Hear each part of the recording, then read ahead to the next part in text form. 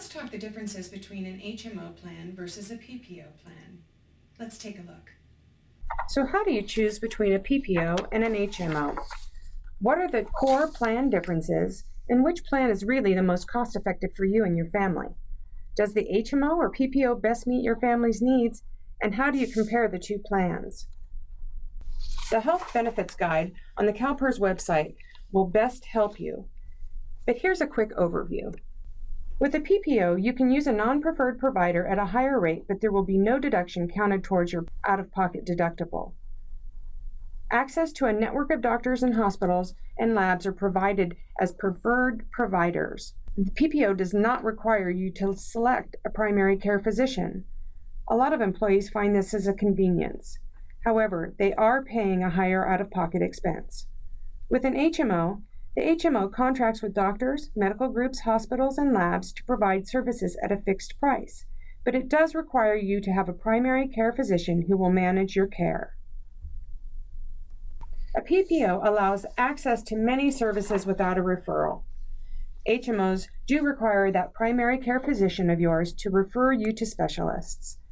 Under the PPO, it encourages you to seek treatment from preferred providers to ensure copays are counted towards your calendar year out-of-pocket maximums.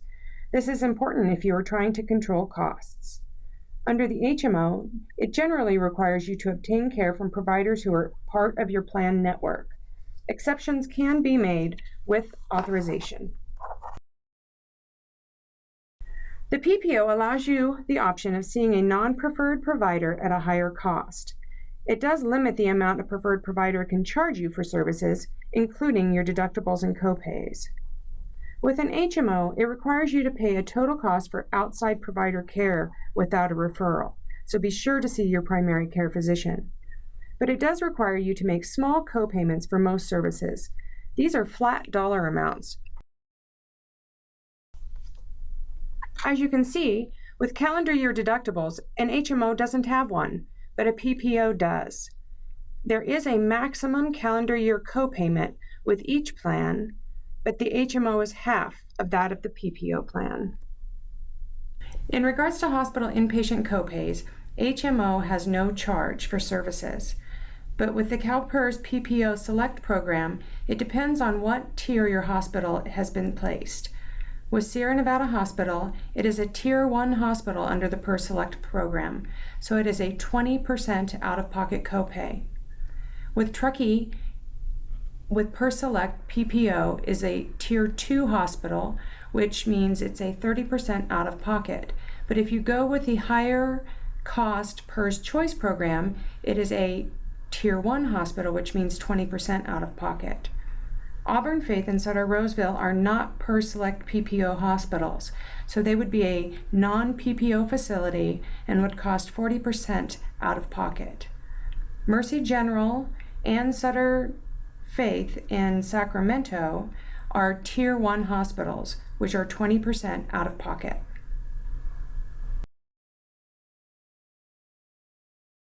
For emergency services, the two plans are structured slightly differently. The emergency room deductible is $50 for emergency room charges only under the PPO. Under the HMO, there is no emergency room deductible to be met. However, there is a $50 copay under the HMO, but that is waived if you are admitted. Under the PPO plan, there is a 20% copay applied to all services rendered in the emergency room. For physician services, your HMO is structured on a flat dollar amount. Office copays and outpatient visit copays are $15. Inpatient visit copays are at no charge. Under the PPO plan, your office visit and outpatient visit copays are $20. If you receive inpatient visits, those are at a 20% copay.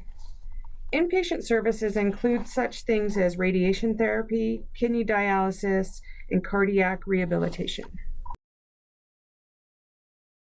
Urgent care visits are $15 under the HMO and $20 copays under the PPO.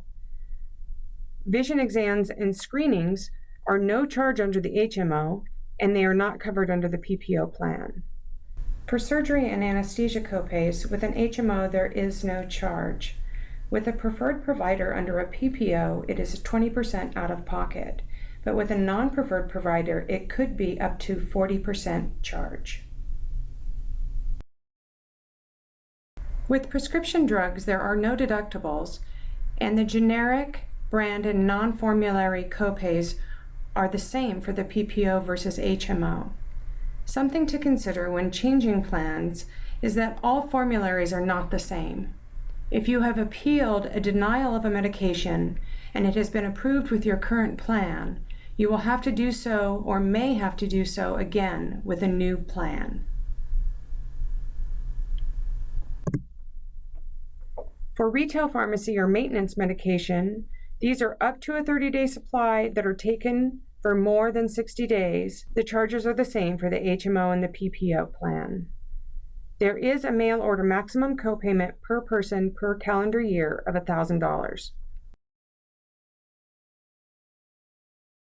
For durable medical equipment, the HMO charges nothing. The PPO, depending on pre-certification, requires 20 to 40% copay. As I mentioned before, check with your physician to see if they accept a PPO or an HMO, depending on your choices. The PPO providers list that we were supplied with from CalPERS was very short this year. Unfortunately, they fit all on one slide. The PPO providers list for Truckee also fits on one slide. County of Nevada employees who live in Reno have an HMO option. So what resources do you have? You can visit the My CalPERS website, call CalPERS, or on the CalPERS website, go to the Health Plan Chooser and review the summary of benefits and coverage. This year, Human Resources also has an open enrollment infonet page with lots of tools and information. Please visit that page or sign up on the Employee University for an in-person educational session, or you can call Human Resources. Thanks for joining me.